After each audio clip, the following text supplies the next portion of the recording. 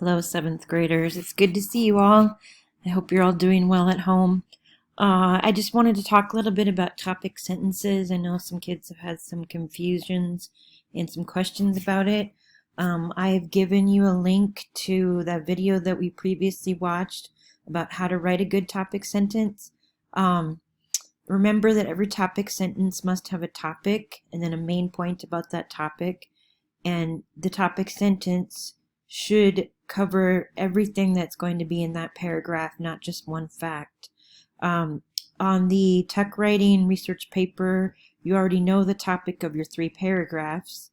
They're the 3 subtopics that we discussed: people, geography, and economy.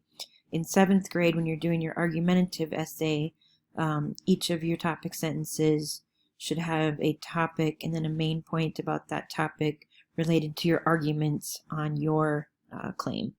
If you have any questions, please feel free to send them to me, and I hope that it's going well with your essay writing and your research writing. Bye.